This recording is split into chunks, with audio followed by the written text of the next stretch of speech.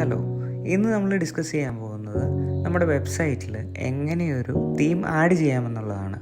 Okay, basically ഒരു theme എന്ന് പറഞ്ഞു കഴിയുമ്പോൾ നമ്മുടെ വെബ്സൈറ്റിൻ്റെ ഓവറോൾ ഡിസൈനെ, ലേ ഔട്ടിനെ ഹെൽപ്പ് ചെയ്യുന്ന ഒരു ആസ്പെക്റ്റാണ്.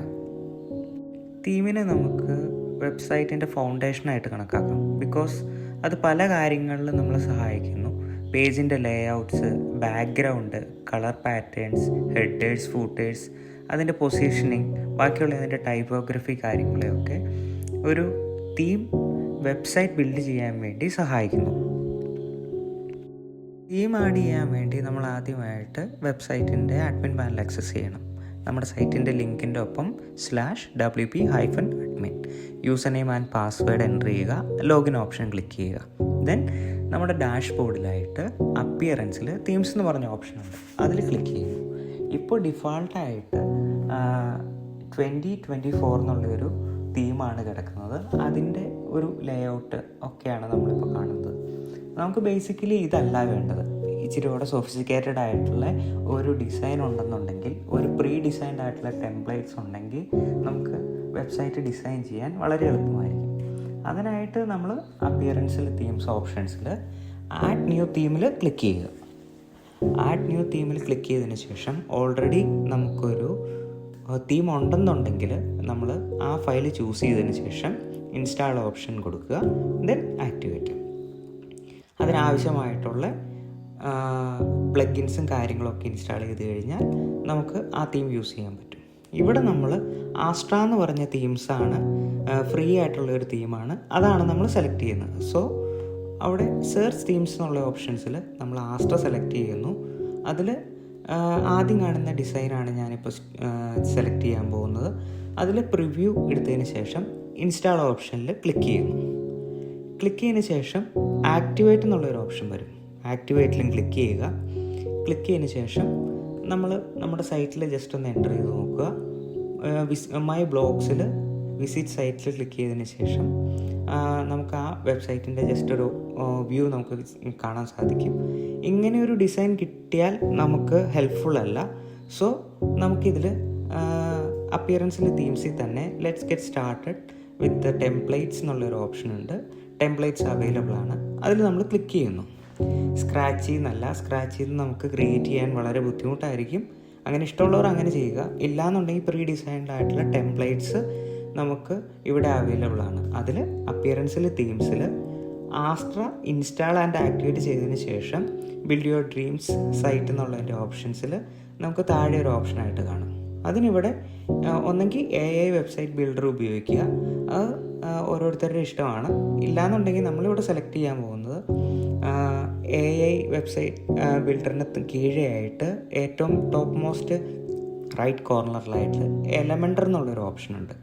എലമെൻറ്ററിൽ നമ്മുടെ വെബ്സൈറ്റിൻ്റെ എഡിറ്റിങ്ങും കാര്യങ്ങളൊക്കെ വളരെ എളുപ്പമായിരിക്കും. അപ്പോൾ നമ്മൾ എലമെൻറ്റർ ബേസ്ഡ് ആയിട്ടുള്ള ഒരു ടെംപ്ലേറ്റ് സെലക്ട് ചെയ്യുകയാണ്.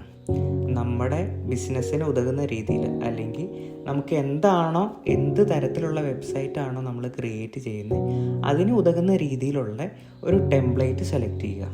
ബിക്കോസ് പല തരത്തിലുള്ള ഡിസൈൻസ് അവൈലബിൾ ആണ്. അപ്പോൾ അതിനോട് ഇണങ്ങി ചേരുന്ന രീതിയിലുള്ള ഒരു ടെംപ്ലേറ്റ് നമ്മൾ ആദ്യം സെലക്ട് ചെയ്യുക. ഇവിടെ സെർച്ച് ചെയ്യാനുള്ള ഓപ്ഷനുണ്ട്. അതിൽ നമ്മുടെ ഏതാണോ ബിസിനസ്, ലോക്കൽ ബിസിനസ്സാണോ, പേഴ്സണൽ കെയർ ആണോ, എന്ത് പ്രൊഫഷനാണോ, ഇപ്പോൾ പേഴ്സണൽ സൈറ്റ്സ് ആണോ, കമ്മ്യൂണിറ്റി ആണോ, ഒരു കൊമേഴ്സ് വെബ്സൈറ്റ് ആണോ, അല്ലെങ്കിൽ നമ്മളൊരു ബ്ലോഗിങ് പ്ലാറ്റ്ഫോംസ് ആണോ സെലക്ട് ചെയ്യുന്നത്. അപ്പോൾ അതിനനുസരിച്ച് ആ പോർട്ട്ഫോളിയോ നമ്മൾ സെലക്ട് ചെയ്യുക. ഇവിടെ നമ്മൾ സെലക്ട് ചെയ്യാൻ പോകുന്നത് ഇവിടെ നിന്നായിട്ട് ആദ്യമേ കാണുന്ന സെക്കൻഡ് ഓപ്ഷനിൽ നമ്മളത് ചൂസ് ചെയ്തു. ദെൻ അത് ക്ലിക്ക് ചെയ്തതിന് ശേഷം അതിൻ്റെ പ്രിവ്യൂ നമ്മൾ ജസ്റ്റ് ഒന്ന് ചെക്ക് ചെയ്യുന്നു. വലിയ തെറ്റില്ലാത്ത രീതിയിലുള്ളൊരു ഓപ്ഷനാണ് അതിൻ്റെ അത് കിടക്കുന്നത്. അപ്പോൾ അത് നമ്മൾ ആ ആക്ടിവേറ്റ് ഓപ്ഷനിൽ ക്ലിക്ക് ചെയ്തതിന് ശേഷം അതിൽ പല താഴത്തേക്ക് സ്റ്റെപ്പ് വരുന്നു. അതിൽ സ്കിപ്പ് കൊടുക്കുന്നു. നമ്മുടെ ബാക്കിയുള്ള ഡേറ്റാസും കാര്യങ്ങളൊക്കെ അതിൽ എൻ്റർ ചെയ്ത് കൊടുക്കുന്നു. അപ്പോൾ എന്ത് തരത്തിലുള്ള കമ്പനി വെബ്സൈറ്റാണ് ക്രിയേറ്റ് ചെയ്യാൻ സാധിക്കുക, അപ്പോൾ ആ രീതിയിലുള്ള കാര്യങ്ങളൊക്കെ നമ്മൾ എൻ്റർ ചെയ്ത് കൊടുക്കുന്നു. ദെൻ നമ്മൾ നെക്സ്റ്റ് ഓപ്ഷനിലേക്ക് പോകുന്നു. അതിൽ ഇൻസ്റ്റാൾ ഓപ്ഷനിൽ ക്ലിക്ക് ചെയ്തതിന് ശേഷം റിക്വയർഡ് ആയിട്ടുള്ള തീംസും പ്ലഗിൻസ് കാര്യങ്ങളൊക്കെ ഇൻസ്റ്റാൾ ആവുകയാണ്. ഇത് കുറച്ച് സമയം എടുത്തേക്കാം. ഈ എലമെൻ്റർ ആക്ടിവേഷൻ, നമ്മുടെ പ്ലഗിൻസ്, ഫോംസ്, അതായത് നമുക്ക് just drag and drop method വഴി നമുക്കൊരു വെബ്സൈറ്റ് വളരെ ഈസി ആയിട്ട് നമുക്ക് ബിൽഡ് ചെയ്യാൻ സാധിക്കും.